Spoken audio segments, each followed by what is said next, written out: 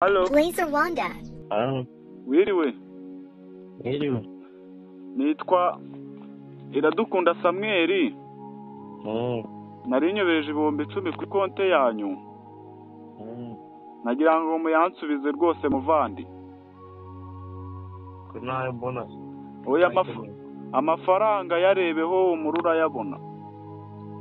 Kunaye cyane. Wabona byari bibaye ikibazo cy'amarezo, urabona mw'iyi minsi imvura imiragwa.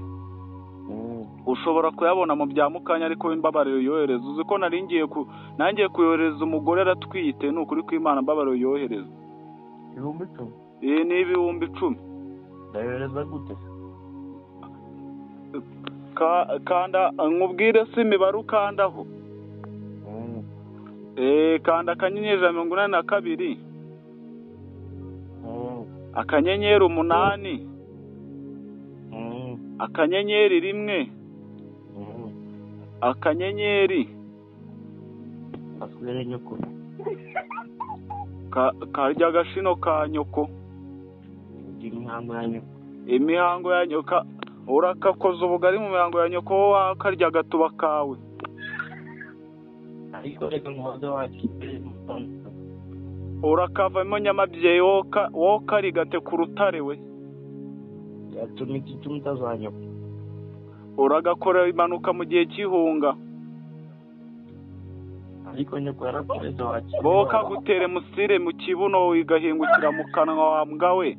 Nubundi nawe nayo ba wifite jye ubibwira abantu yuko nayo wifite hakiri kare. Ujye uvuga ko nta mafaranga wifitiye. Ahubwo se nkugurira agafanta. Yagurira nyoko niwe ufite bwaki. Nyoko se we nayagira ko kivuga nk'icya ukubona yuko uvuga nk'amashini gani wagira ngo ratatatata wambwa we.